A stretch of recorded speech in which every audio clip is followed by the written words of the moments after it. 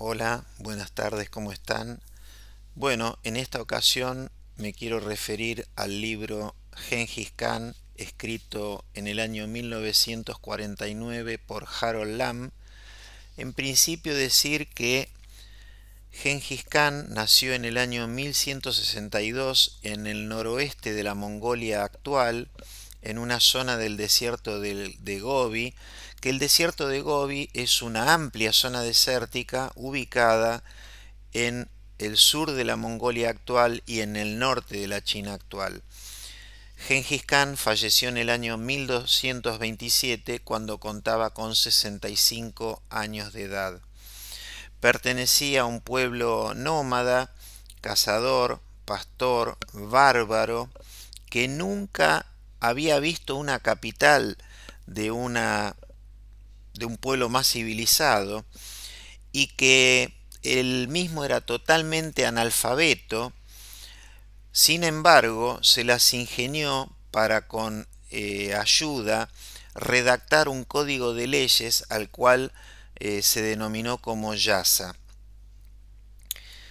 Gengis Khan nació con el nombre de Temujin, que significa el más fino acero, y entre muchas de las grandes acciones que llevó adelante, quizás una muy importante es haber elevado a los mongoles desde su condición de tribu desconocida a prácticamente convertirse en el dueño o los señores de una parte muy grande del mundo.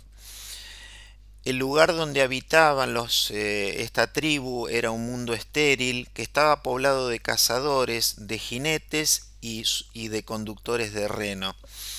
Cuando joven, sus obligaciones básicamente tenían que ver con pescar, con cuidar rebaños de caballos, vigilar el horizonte para detectar la posibilidad de algún eventual ataque de otro pueblo nómada, siendo todos ellos muy beligerantes, así como también se dedicaba a la búsqueda de nuevos terrenos de pastura.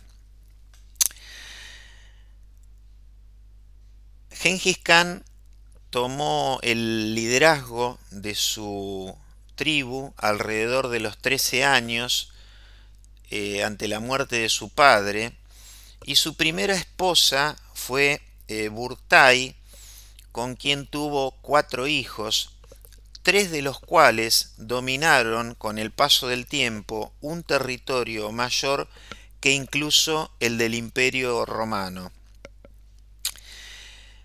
En cuanto a sus primeras armas con relación a la guerra, su estreno fue con los taijutas. Y bueno, si,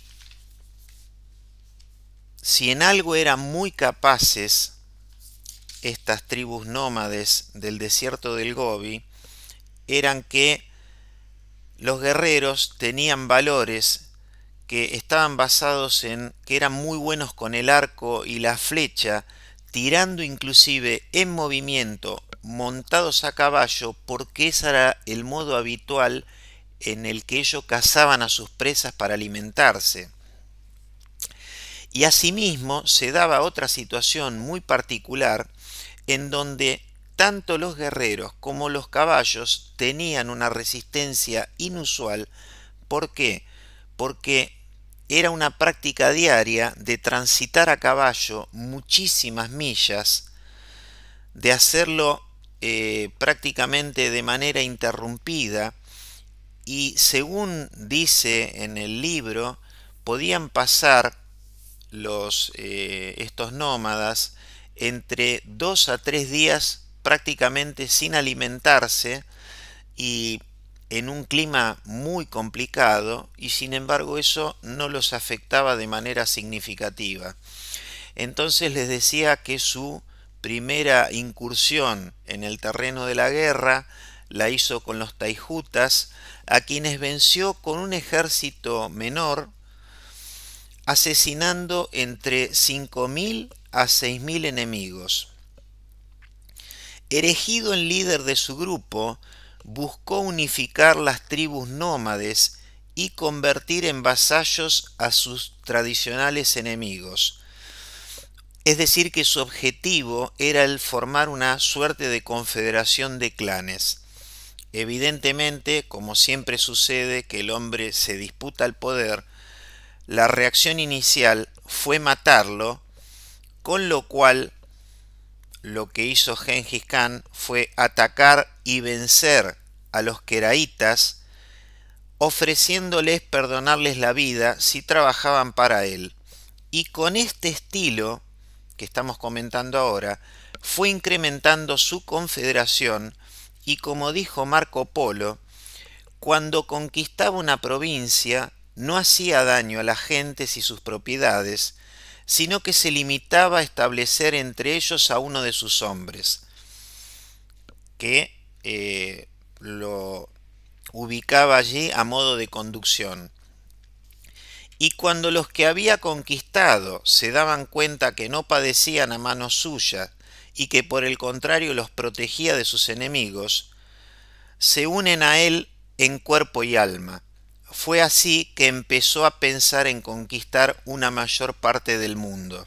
Es decir, ese fue el mecanismo que fue llevando adelante para ir incrementando su poder. Llegado el momento, convocó un consejo de los khanes para que se eligiese un emperador de todos los pueblos de la Alta Asia, y fue así que unánimemente lo designaron como Gengis Khan, que significa emperador de todos los hombres. Luego de su elección, los pueblos turco-mongoles comenzaron a estar unidos por primera vez en siglos. Ahora, ¿qué sucedía? Al haber armado esta fusión de pueblos que tenían costumbres muy diferentes, es decir, que eran muy heterogéneos, lo que necesitó es diseñar un código de leyes, que ya lo mencionábamos al principio, denominado Yasa, que tendía básicamente a tres cuestiones. Primero, la obediencia de todas las tribus a Gengis Khan. Segundo, la unión entre los clanes nómades. Y tercero, lo que sería el castigo del delito. ¿Y qué se entendía por delito? Se entendía por delito al robo, al adulterio, al robo de caballos, y había una particularidad, que era que un hombre no podía ser declarado culpable si él no confesaba el delito. ¿Y esto por qué era así? Porque como se trataba de un pueblo totalmente analfabeto, la palabra era el bien más preciado entre todos ellos. Entonces, él fue construyendo, a partir de su horda de clanes, una organización militar permanente que se puso como primer objetivo atacar a lo que se denominaba por esa época Katai, que sería el norte de la China actual. Contrariamente a los nómades del Gobi, es decir, como era el pueblo o la tribu de Gengis Khan, los hombres del otro lado de la muralla, es decir, los del territorio de Katai, eran esclavos y campesinos, eruditos, soldados y mendigos, mandarines, duques y príncipes, donde siempre habían tenido un emperador. Este pueblo poseía máquinas para hacer la guerra, carros lanzadores de piedra, ballestas, catapultas, e inclusive habían desarrollado armas elementales que hacían uso del fuego, inclusive podían llegar a producir explosiones a través del fuego. Y además de todos estos armamentos, por llamarle de algún modo, o equipamientos para la guerra, contaban de enormes reservas humanas. Cuando se produce la asunción del monarca Wei Guang, el gobierno de Katai envió un oficial a Gobi para cobrar el tributo a Gengis Khan. Gengis Khan se enfureció por esta actitud de Wei Guang y como resultado decidió visitar Catay con un ejército al que en el libro se lo llama como rugiente, para que si el emperador prefiriese ser amigo de la tribu, se le permitiera conservar su gobierno, o de lo contrario, comenzaría una guerra entre esta confederación de pueblos nómades y Catay hasta que uno de los dos resultase victorioso. Por supuesto que el emperador Waiwang desestimó esta propuesta hecha por Gengis Khan. Gengis Khan produjo un vano primer intento y en el segundo iba todo bien en términos de que estaba resultando victorioso, salvo en los lugares fortificados, que bueno, los catayanos en realidad tenían muchas ciudades que estaban fortificadas, inclusive la Gran Muralla China se había empezado a construir ya en el siglo V, que no estaba en relación a esta cuestión que estamos comentando, pero sí decir que, bueno, que tenían esa capacidad y que utilizaban esos elementos para defenderse de pueblos hostiles, ¿no es cierto?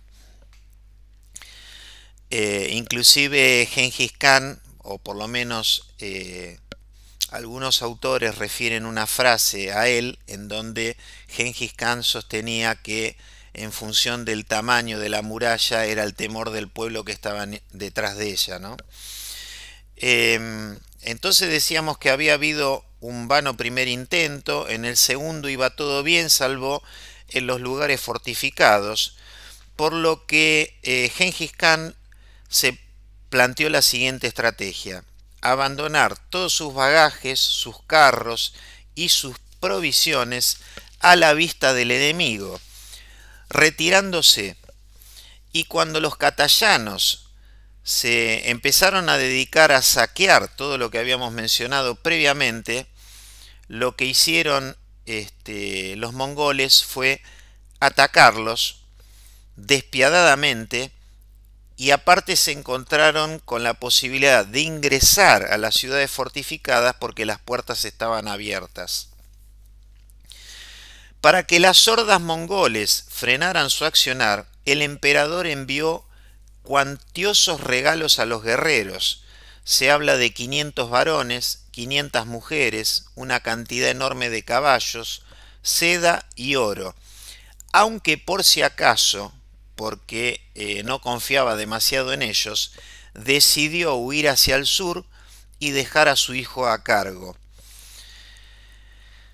Bueno, pasó el tiempo y a su regreso hacia Catay, me refiero al regreso de Gengis Khan hacia Catay, nuevamente los atacó, los venció y dejó a Muuli como gobernador, volviendo él al territorio de Gobi, concretamente a, lo digo entre comillas, la ciudad nómada de Karakorum, una ciudad del desierto, habitualmente barrida por los vientos y azotadas por las arenas, que estaba construida sin ningún tipo de organización y que si uno mirase un mapa actual de la Mongolia, la misma se encontraría en la zona céntrica muy cercana a la ciudad de Jarjorín, pero no existe en la actualidad Karakorum, ni siquiera con otro nombre.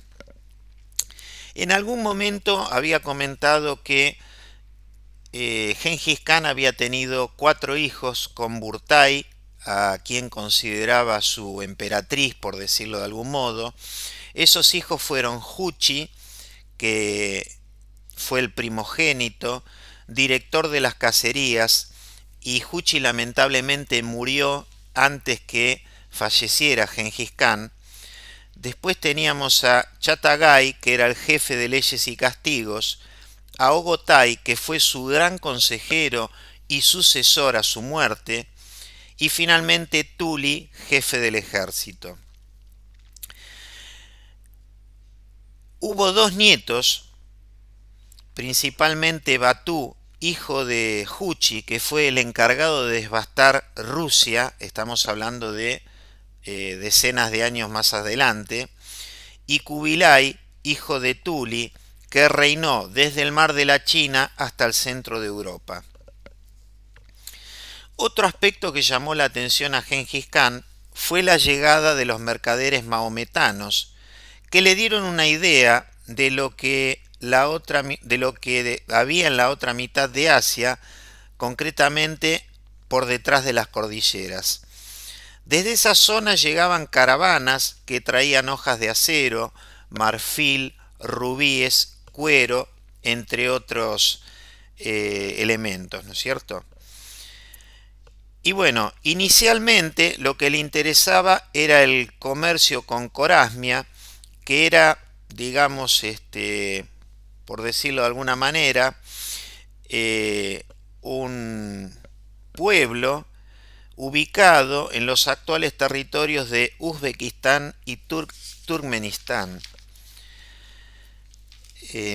Sin embargo, los libros de historia prácticamente no lo mencionan porque Corasmia desapareció antes de haberse consolidado, ¿no es cierto?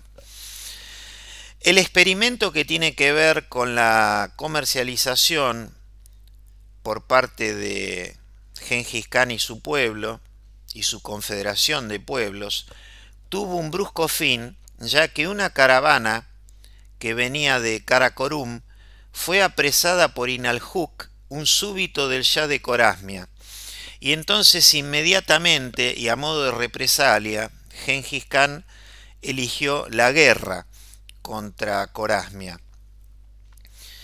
Y básicamente lo que teníamos en Corasmia, del otro lado de la cordillera, era el mundo del Islam y del Shah Mohammed.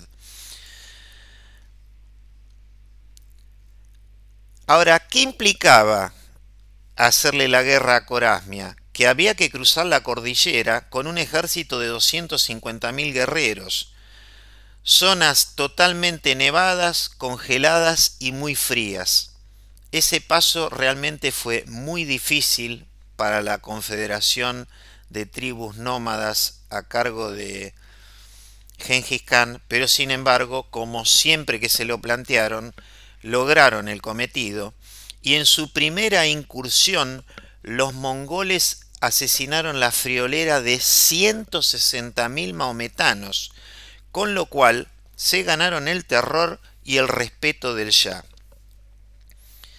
Mohamed, para fortalecer sus principales ciudades, Islam, Bukhara y Samarcanda, lo que hizo fue dividir su ejército, y esta situación en alguna medida fue el principio del fin, porque al dividir el ejército y, digamos, Gengis Khan ir atacándolos en serie, evidentemente los debilitó de una manera extraordinaria y facilitó el trabajo a las hordas de Gengis Khan.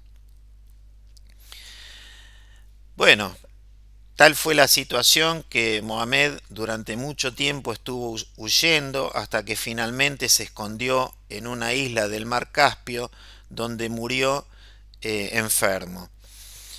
Y bueno, fue a partir de esta campaña que estamos mencionando hacia el otro lado de las cordilleras, hacia el oeste, digamos, asiático, que Subotai, un teniente y estratega de Gengis Khan, descubrió las praderas al sur de Rusia, que en el futuro, en años subsiguientes, nietos de Gengis Khan atacaron de manera, podríamos decir, sistemática para las distancias que había entre esta confederación de pueblos y los territorios de la Rusia, ¿no?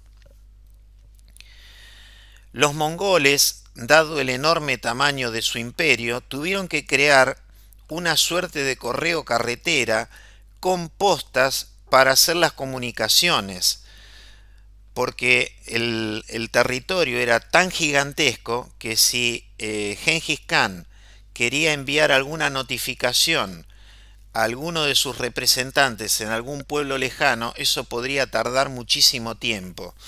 Entonces, se creó este sistema de correo carretera en donde las postas estaban separadas aproximadamente cada 20 millas y tenían entre 200 a 400 caballos, es decir, que aquella persona que conducía el caballo llevando la información llegaba a la posta, podía descansar, por ejemplo, y ser reemplazado por otro, y ese otro salir con un caballo que estaba, digamos, bueno, en perfectas condiciones y totalmente descansado, ¿no? Esto significó que en este sistema hubiese implicado 10.000 edificios de descanso y aproximadamente un total de 300.000 caballos. Bueno, poco antes de su muerte, Gengis Khan convocó a todos los altos oficiales para comentarles cuáles habían sido los logros de esta confederación de clanes durante las diferentes campañas, para también mantener el yasa en vigor y de algún modo promover a sus hijos en el poder. No están claras las razones de su muerte, porque, bueno, cuando uno revisa la bibliografía, en realidad en este libro particularmente no se hace referencia alguna, pero cuando uno revisa otras fuentes, bueno, en algunos casos se habla de que se cayó de un caballo y tuvo una fractura que le produjo una infección que lo condujo a la muerte. Otros hablan de que se habría enfermado de peste bubónica. Y hay una tercera línea de pensamiento que tiene que ver con que fue envenenado. Como buen nómade, murió sin quejas y, como decíamos, dejó a sus hijos a cargo de un imperio mucho más grande y mucho más fuerte.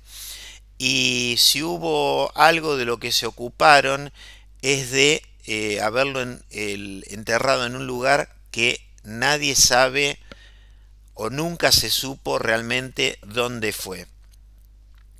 Entonces, a modo de resumen, podemos decir que Gengis Khan, nacido Temujin, se hizo cargo de su clan, de su tribu, a los 13 años, que en el año 1206 aproximadamente genera la unificación de las tribus nómadas y asimismo se produce su proclamación como Gengis Khan. Y en cuanto a la secuencia de sus conquistas, primero fue por Catay, que es prácticamente la mitad de la China actual, toda la zona norte de China, Corasmia, que tiene que ver con los territorios de Uzbekistán y Turkmenistán, Persia, y también produjo algunos avances sobre Europa. Finalmente decirles que hacia el año 1300, lógicamente él ya no estaba porque falleció en 1227, el imperio mongol alcanza su máxima expansión. Bueno, espero que les haya gustado el relato y como última idea comentarles que yo di con este personaje, más allá de que bueno, uno muchas veces lo ha escuchado nombrar, di con este personaje leyendo sobre la historia de Rusia y sobre cómo los mongoles hacían algunas participaciones sobre territorio ruso, en donde básicamente lo que hacían, la metodología era diferente a la que estuvimos comentando hasta el momento, sino que lo que básicamente eran avanzadas en las cuales llegaban de repente, destruían todo lo que se encontraban a su paso, mataron a todo el mundo que se encontraban a su paso, robaron y finalmente partieron como si nunca hubiesen venido. Así que bueno, como les decía antes, espero que les haya gustado el relato y bueno, los espero en el próximo audio video. Un saludo a todos.